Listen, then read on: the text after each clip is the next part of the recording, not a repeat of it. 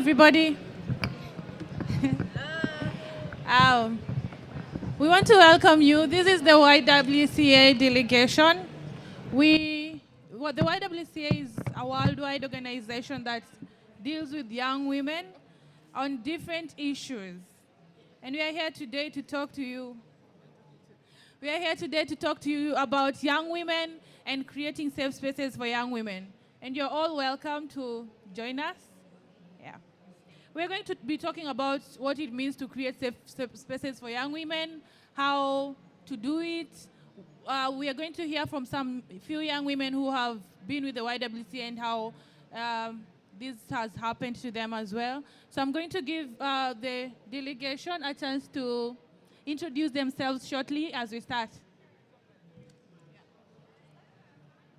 Yeah. My name is CZ from the YWC of India, and I'm HIV positive. I was diagnosed my status when I was 18 years old, but now I'm 26 years old, and I live in India.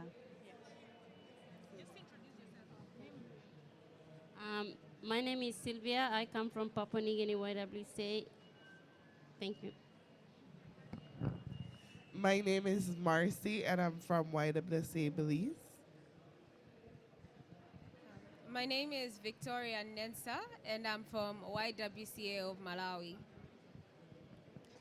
Hello, everyone. My name is Andrea, and I am from Honduras, also a delegate of the YWCA. Thank you very much for that. We're going to be talking about creating safe spaces, and I'd like to give Marcy a chance to tell us what it means to create safe spaces. What is a safe space for a young woman? What does a young woman need? And every detail about creating safe spaces for young women. All right. Hi, everyone.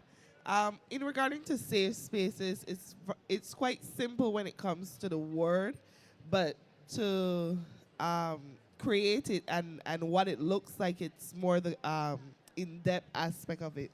Safe spaces simply mean that it is a space where young girls or young people feel safe to be themselves, to talk, to acquire information, to access services, to get help with whatever needs they might have.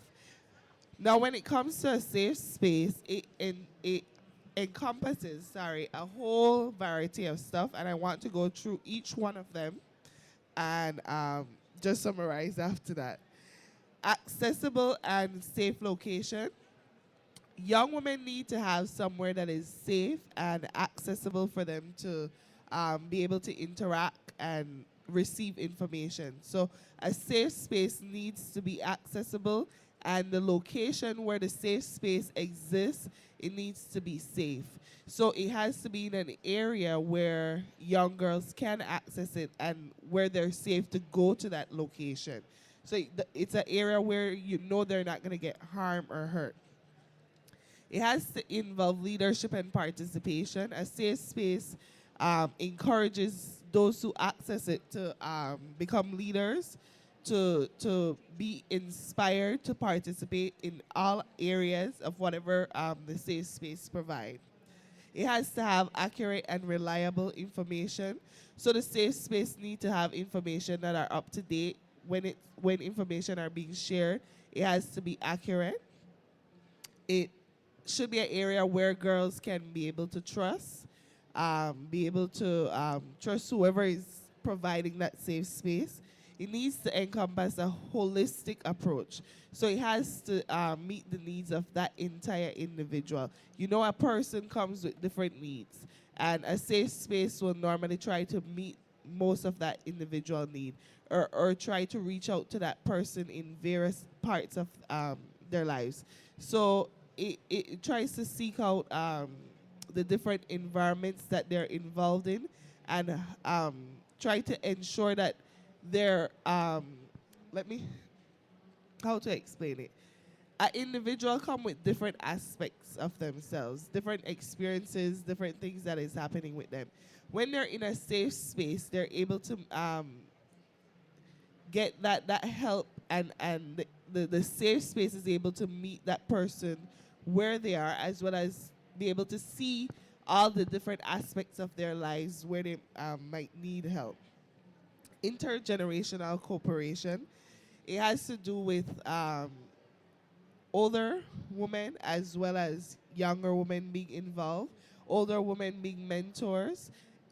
Safe space doesn't mean it just have to be young people. It could be intergenerational, so it encompass young and old. Dignity and respect, that encompass the human right aspect. So a person should be respected. They should feel like they can exercise their dignity.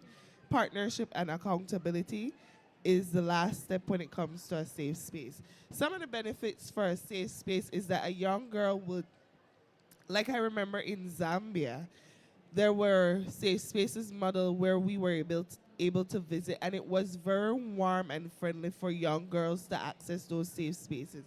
You could see where they were very excited to be in the safe space. So those aspect of safe spaces that I went over, you could see where it was being exercised because the young girls are there in the safe space. They're learning life skills, topics, and they were able to be themselves. Some of the safe spaces, some of the younger siblings, because a safe space sometimes have an age range, and that safe space that we were able to visit in Zambia, it was from the age of 13 to 16. And some of the siblings, like 4-year-old, 5-year-olds, were there. And when we asked how come they're there, some of the girls, they said they don't want to stay home. They want to be at that safe space as well. So you see where a safe space is somewhere that encourage individuals to be in that close-knit where they're able to be themselves, share what they think, how they're feeling, and even access help when it comes to different parts of their life. Some of them were able to get food, something that they might not be able to get at home. Some of them were able to access health care, something that their parents might not be able to help them access. So a safe space is something that really creates that opportunity for a young woman or even young people to come and just be themselves and receive that kind of help that they would need. So those are some of the positive impact and some of the positive benefits of safe spaces. Thank you very much, Marcy. I know most of you are wondering why are we talking about safe spaces, and yet we are at an AIDS conference. You know, most young women struggle with what to do. Young women are more vulnerable in the community. So many things happen to them. Probably they don't even have access to VCTs. They don't have access to people to guide them and all that. So it's important that we create these safe spaces for them, a place that they come to, that they will not be judged in, and to have all the qualities that she's just talked about. So we are talking about the rate of infection increasing in the adolescent age. And how do we help these girls? How do you make sure that it doesn't happen? How do you help them to open up? That's why we are here to talk about the safe spaces, how to create it. And now we have young women with us who've gone through, who are at the YWCA. They will be sharing with us their experience and what they've gone through. And in all this, I also want to say that YWCA is a faith-based organization. So in all these things, how do we include the faith-based organization? Where do we put them? Most of the time, we've been talking about HIV and AIDS and what is happening in our communities and our societies, but we ask ourselves all the time, what does the faith-based organizations play? What are the churches, the mosque, and every faith-based organization, what role do they play in this fight? Because we said that we have to move with everyone and we have to include everybody. So that's why we are here to talk about creating the safe spaces, but we also want to link it to the faith-based organizations. So I'd like to introduce CZ one more time. She's going to share with us a little bit about what it means to have a safe space, her story, her experience in relation to this, and how it has helped her to grow. I'm not going to describe about creating a safe space, but I'm going to share about my experience, how the YWCA creating a safe space in my life. I'm HIV positive. I was diagnosed when I was 18 years old. When I know my status, I'm really shocked and surprised and frustrated. And then after that, I told my husband about my HIV status. But he doesn't accept me, and he said that I don't want to have a HIV positive woman. He kicked me out at the day itself. And after that, I tell my families, and my family, I was born from the Christian family. And after that, after I get divorced, husband, my husband also forced me to do abortion also. It's really hard to make a decision in my life. And that I really frustrated, and I met the YWCA. And the YWCA, um, and and the YWCA teach me they tell me about the how living positively, and I saw that there's a safe space and there's a safe space in the YWCA. And I see many women who are treat me like not a positive woman, like a woman. And I'm really happy that and now I become a leader, and I can work, and I can creating a safe space for those who are living with HIV, and those who are young women who got violence, or those who are young women. And it's really good for me. And but it's not enough to say about the spirituality, that people think that spirituality and human rights cannot go together, like we cannot say both.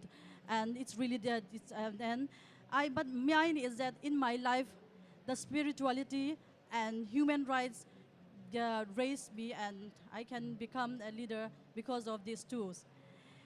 Spiritual counseling there is not enough, and I need to have more about learn more about the information also.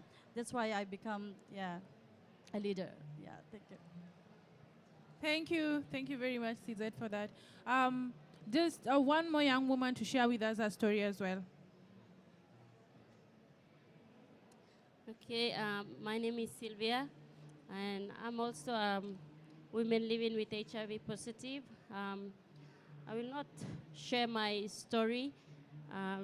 I'll share, but not deep bit. I was diagnosed on 2007 when I was expecting my last son. And I didn't know that I was already infected with HIV positive. But with the help of the YWCA, I've learned a lot how the symptoms was. And I went for test, and they told me that I was HIV positive. And also when I delivered my son, he's also a positive. And with the help of YWCA, YWCA was they're like home to me, and they teach me many things, how to uh, create a safe space in the community and to become a leader, and to take care of because my husband is a violent person too. They talk about violence against women and all this, and I've learned in YWCA. So YWCA PNG is an example of faith-based organization working in the community response to HIV. And YWCA nurtures women leadership in the community and brings women together. YWCA creates safe space for women to talk and act. Faith brings women in my community together. Together we are guided by our colleagues spiritually. And there are some women living with HIV who don't believe what we are truly we are God's children. We know that God is with us, and we can create a safe space, and we can change through YWCA. And that's all. Thank you very much. Would you like to appreciate the two women for that wonderful work? It's not easy to say what is happening in your life. And this is why we're saying that it's important for us to deliberately think about young women when you're programming and when you're doing all these things, because it's harder for them. They're younger and they're struggling with a lot. And just to share with you more about what it means to be a faith-based organization and what they do, and some of the challenges they face and how the YWCA has been able to overcome all this as we grow towards trying to deal with different issues that young women struggle with. I'd like to invite Victoria. She's going to be sharing with us how faith and culture is related, and she's going to talk to us. Hello, everyone. My name is Victoria, as I said earlier, and I come from Malawi. I'm sure you've heard of Malawi, a small country in Central Africa with a small population of approximately 15 million. Most of our population is a young in population, with about 50% under the age of 18 and 70% under the age of 30. We register about 32,000 new HIV infection cases every year. But of note is that 50% of these infections are in the young population, those aged between 15 and 24. So you can acknowledge that the burden of disease is mostly in those young people. But we've also noticed that so many different things play a part in fueling the epidemic, despite all the fights and campaigns to try to end the disease. Some of them of note are the cultural norms that we hold so highly. There are different cultural practices that are taking place in our country that we've seen fueling the epidemic. For example, initiation ceremonies, where young girls are isolated from the society once they hit puberty, and where they're kept in a closed dark room for about 3 days. And in those rooms, older men come and rape these girls, and they're not allowed to talk about it. But no one is testing these men. No one is checking the HIV status of these men who are coming to rape these girls. After the girls are traumatized, they're not allowed to talk about it. Another sort of practice that is held highly is the fact that we are not allowed, many small rural communities are not allowed to talk about sex and sexual education, so the young girls don't have access to information. But once a young girl goes and indulges in risk behavior, and suppose she gets pregnant, she's then excommunicated and isolated from her family and the community. And these young girls, after being excommunicated, of note is that the men are not held accountable. Whoever got her pregnant is not held accountable, and she's chased out from the community. But let's look at why this girl got pregnant to begin with. This girl did not have access to information. She does not know her sexual and reproductive health rights. She does not have access to any form of contraception. As such, she goes and indulges in risk behavior, and she contracts HIV or gets pregnant, and in the end, she's blamed for everything that's happened to her.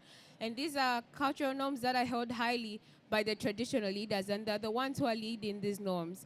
Of note is that also, if somebody has an HIV or AIDS defining illness and they didn't know the HIV status, they're taken to the traditional leader. And the traditional leader will probably tell the community this person is cursed, don't associate with them.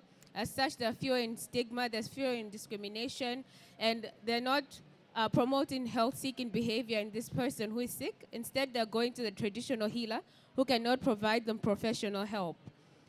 So these are some of the norms that we've noted that are being held highly. And as a faith-based organization, the YWCA has tried to involve these traditional leaders. We notice that if the traditional leaders do not have access to information, they cannot spread the information. Traditional leaders are held highly in society.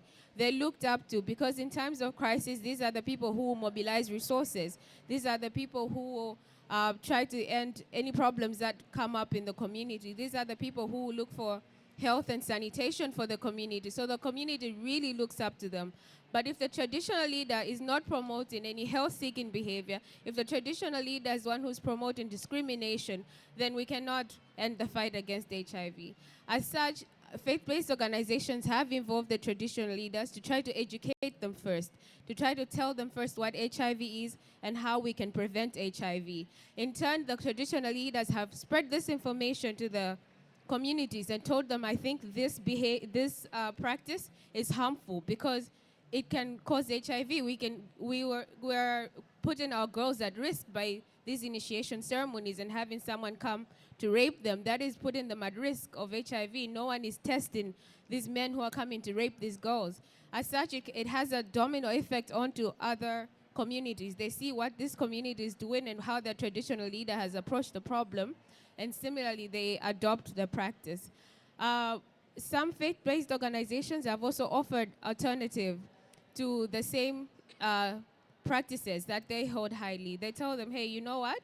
Why don't we bring some women from our faith organization? You bring some women from some local women, and we can hold the same initiation ceremony, except no man has to come to rape the girls. There'll be no men around. We'll educate the girls on HIV. We'll educate the girls on their sexual and reproductive health rights. That way, when they're initiated into the community, they have knowledge. They know how to protect themselves, and we're empowering these girls. So these are some of the interventions that faith organizations have offered by involving the traditional leaders and coming together and finding a common practice that they can all adopt that is safer for the young girls.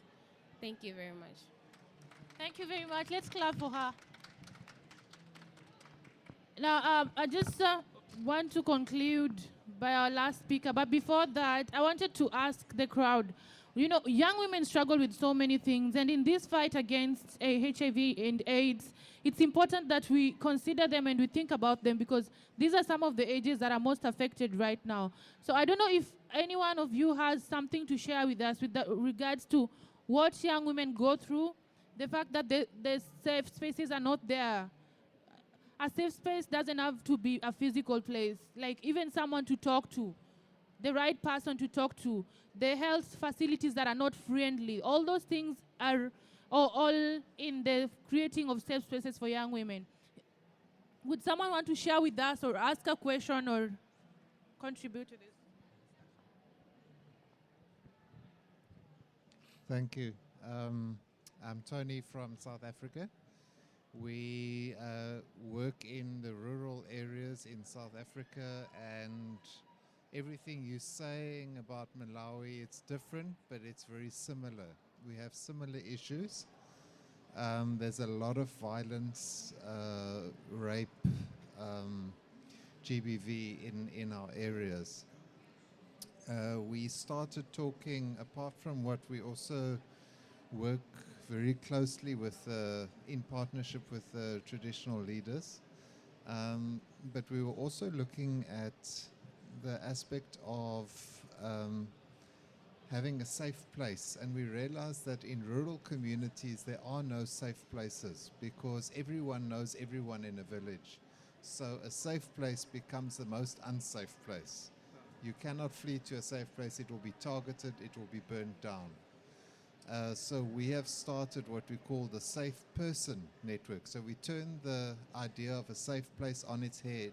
And instead of having a safe place, we have safe people that are networked with all the police, social workers, clinics, the religious leaders, leaders in the community, and with each other across villages. And we're finding that the Safe Persons Network is very effective in this because they are recognized leaders within the villages. So maybe I just wanted to add that comment.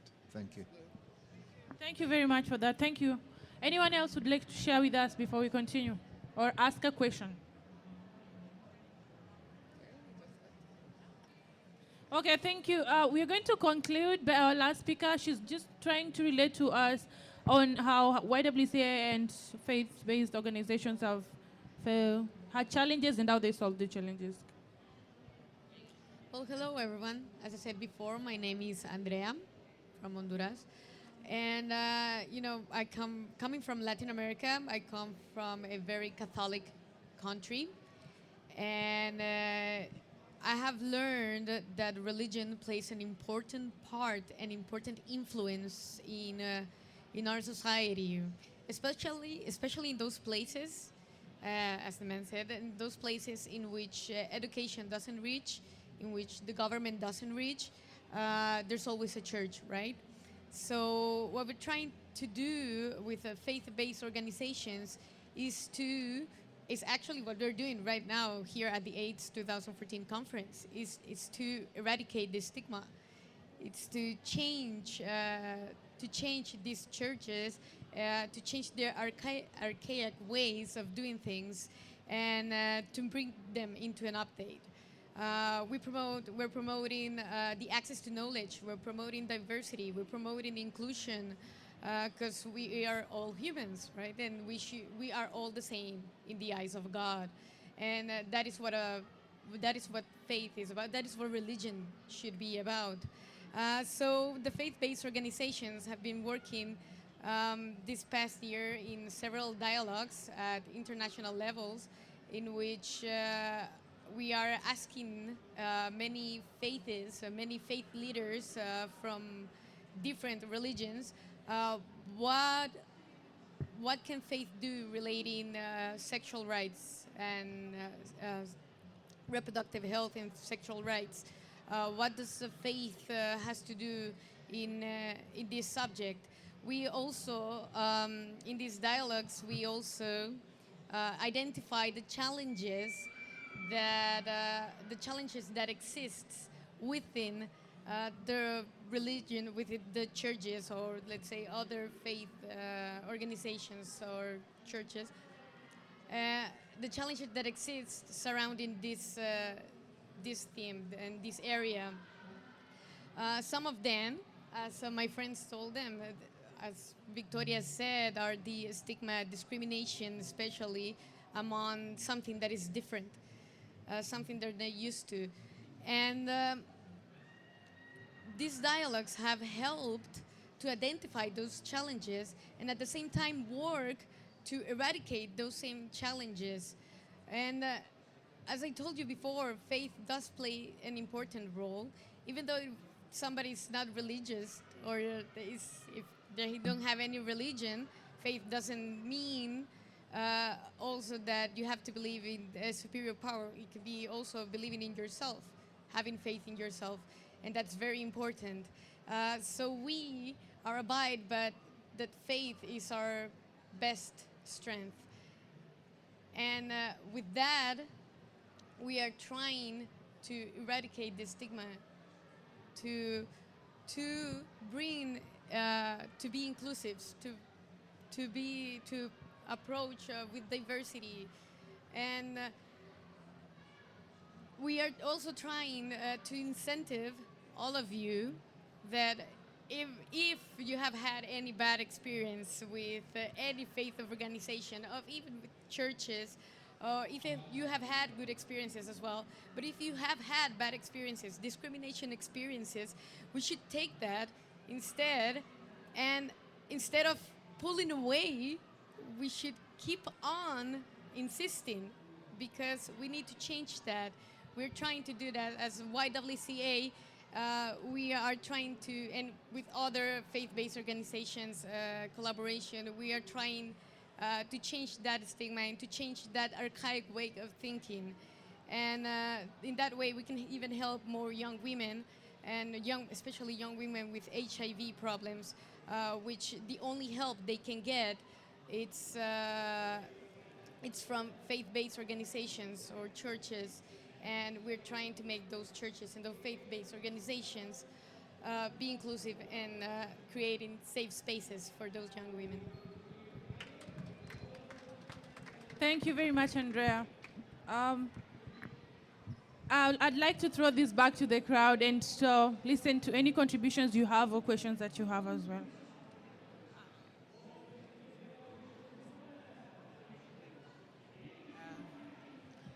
My name is Hendrika Okondo, and I work with these wonderful young leaders. And I just want to appreciate them. They're really doing some very innovative work. And what we're doing at the YWCA is we're looking at the sacred text, and we are working with feminist theologians. So as Andrea said, we in the safe spaces, when the young women tell us what they have gone through, the violence, the discrimination, the stigma, we go back to the faith leaders with the journeys and the stories of these young women, and we challenge them to see how they can help the young women. So we have a program where we look at the stigma index and we document those journeys. We bring the lived experience. So we have young women like Sylvia, like CZ, who are women of faith. And they're saying this is our faith and we want to own it. And they're using the text. So and we work from a Christian base. So we say the Christian religion was started by a sex worker. Mary Magdalene was a sex worker. So you need to listen to us. The mother of Christ was a teenage mother, and you need to listen to her. And we are here, we are getting a hearing. And we are also capturing those voices and taking them to the global spaces. So I really wanted to just appreciate the young women who are here and the work that they're doing. It's wonderful, it's brave, and we hope that they will continue doing that work. Thank you.